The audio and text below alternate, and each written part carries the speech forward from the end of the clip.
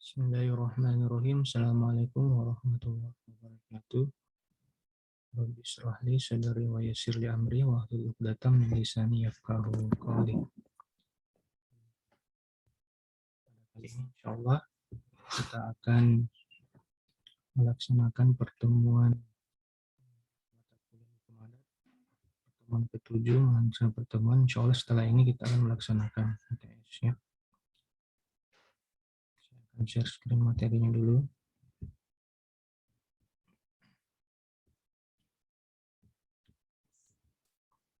Kita akan bahas terkait mengenai corak dan sistem hukum adat ya.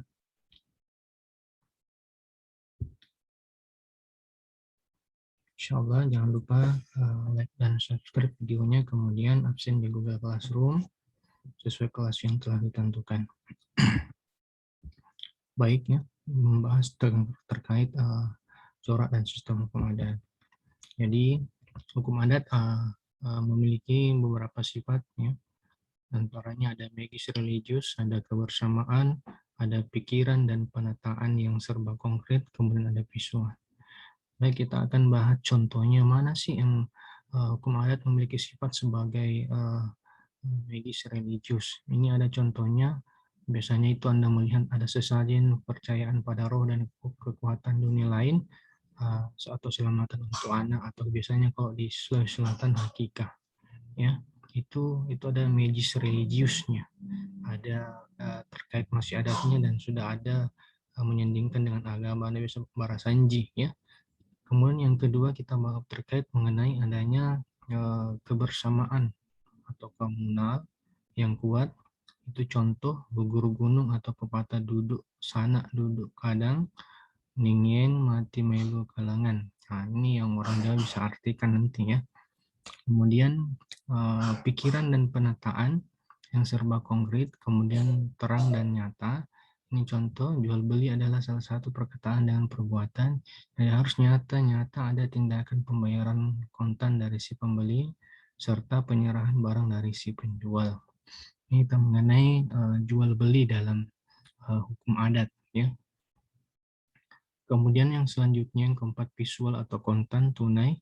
Itu contoh pemberian panjar dalam jual beli merupakan penegasan terhadap kehendak pembelian yang dalam waktu dekat akan dilakukan ya. Ini biasa terjadi di adat dan kebiasaan masyarakat kita. Kemudian selanjutnya ada corak hukum adat. Yang pertama itu tradisional. Hukum adat umumnya bersifat turun-temurun dari zaman nenek moyang sampai ke anak cucu sekarang, ke kita ini ya, ke anda semua. Bahkan itu sudah ada yang terperbaharui mengikuti zaman ya, tapi tidak terlepas dari tradisional ke zaman nenek moyang kita ya. Contoh misalnya di Lampung, dalam hukum kewarisan berlaku sistem menyorat lelaki, artinya anak tertua lelaki menguasai seluruh harta peninggalan dengan kewajiban mengurus adik-adiknya sampai dewasa dan mandiri. Harta peninggalan tetap ya, itu tidak berbagi-bagi karena merupakan milik keluarga bersama. Di Sulawesi Selatan pada umumnya biasanya kalau anak laki-laki itu yang agak lebih banyak bagiannya ketimbang anak perempuan ya. Itu ya penjelasannya terkait mungkin anak laki-laki lebih banyak kerja keras ya, bisa mengayomi dan menghidupi keluarganya, dan juga bila mana memang keluarganya atau ayahnya sudah meninggal dunia, itu biasanya seorang laki-laki itu dijadikan tulang punggung ya, untuk sebagai pemberi nafkah untuk keluarga ya. Kemudian yang kedua ada keagamaan, magis atau religius. Alam semesta dan segala bendanya adalah berjiwa animisme ya, dan bergerak atau dinamisme. Oleh karenanya, segala perbuatan biasanya diawali dengan ritual keagamaan agar tidak melanggar pantangan pamali, agar tidak timbul kutukan. Ya. Di setiap segala sesuatu diawali dengan suatu minta doa, ya, sesuai dengan adat, agama, dan kepercayaan masing-masing. Contoh orang Bali di sawahnya ada tugu tempat meletakkan sesajen. Kemudian ketiga, kebersamaan, ada komunal. Artinya lebih mengutamakan kepentingan bersama, satu untuk semua, semua untuk satu. Hubungan untuk antar anggota masyarakat didasarkan rasa kebersamaan, kekeluargaan, tolong-menolong, dan gotong royong. Oleh karenanya, kini kita masih dapat melihat rumah gadangan dan tanah pusaka yang tidak terbagi secara individual, melainkan tetap menjadi milik bersama untuk kepentingan bersama. Di Sulawesi Selatan ini kita masih bisa melihat di Toraja, di suku Kajang, Bulukumba, ya, dan beberapa suku yang ada di Sulawesi Selatan masih ada, eksistensinya masih ada sampai sekarang. Kemudian yang keempat, konkret dan visual, terang dan tunai.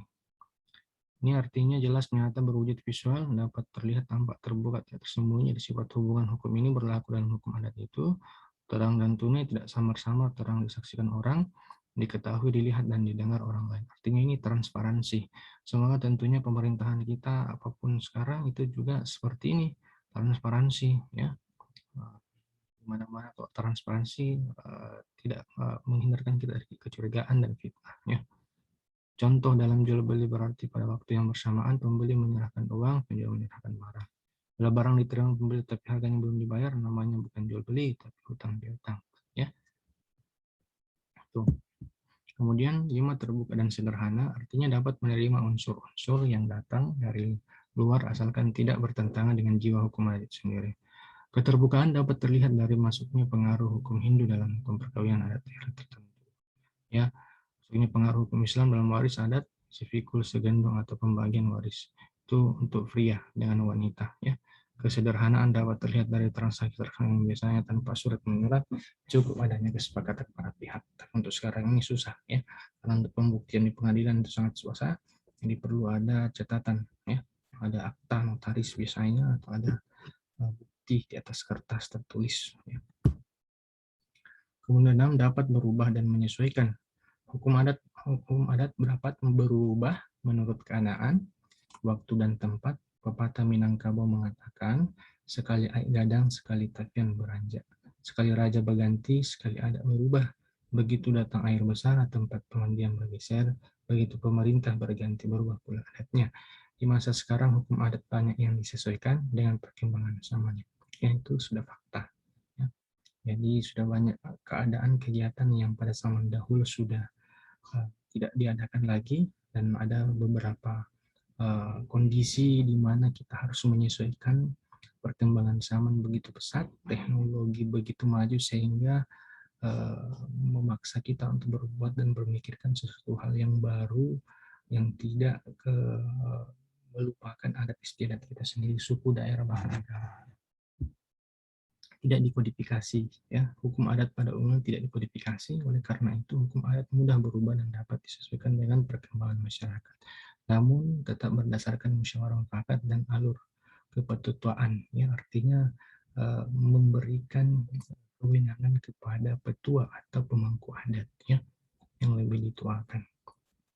Musyawarah dan mufakat, hukum adat mengutamakan adanya musyawarah dan mufakat di dalam hubungan kekerabatan dan ketetanggaan, baik untuk memulai pekerjaan atau untuk mengakhiri pekerjaan, apalagi yang bersifat peradilan, diutamakan diselesaikan rukun damai dengan cara musyawarah mufakat untuk bisa saling memaafkan, tidak buru-buru menyampaikan kepahitan. Kemudian ini ada pamali, berpindah tempat pada waktu makan, berselimut dengan tikar, ya, berteriak-teriak mengucapkan kata-kata dalam hutan. Ya, ini Anda bisa baca sendiri ini, ya. Ini corak hukum adat kita, pamali, dan memang ini biasanya adatnya ada kecocokan dari agama, ya. Sunnah-sunnah Nabi Muhammad ini bisa kita ikuti yang sesuai dengan ajaran Nabi Muhammad, yang tidak ya kita perlu evaluasi dan sesuaikan dengan ajaran agama kita. Ini ada fakta dan ada mitos, ya. Ini berfoto bersama jumlah ganjil, bangun tidur terlalu siang, ya. Ini kalau bangun tidur terlalu siang ini juga, ya, dalam Islam ini menimbulkan penyakit dan ini tidak dicontohkan oleh Nabi, ya. Di kamar mandi juga ini tidak dicontohkan oleh Nabi. Ini pintu enggak ada, ya. Anda bisa nanti baca sendiri. Saya rasa cukup. Terima kasih atas perhatiannya, ya. Semoga materi ini bermanfaat untuk kita semua, bernilai ibadah insya Allah Subhanahu wa Ta'ala. Insya Allah sekali lagi saya ingatkan, jangan lupa like dan subscribe. Insya Allah kita akan setelah ini akan melaksanakan ujian tengah semester ya. Jangan lupa absen di Google Classroom. Terima kasih. Assalamualaikum warahmatullahi wabarakatuh.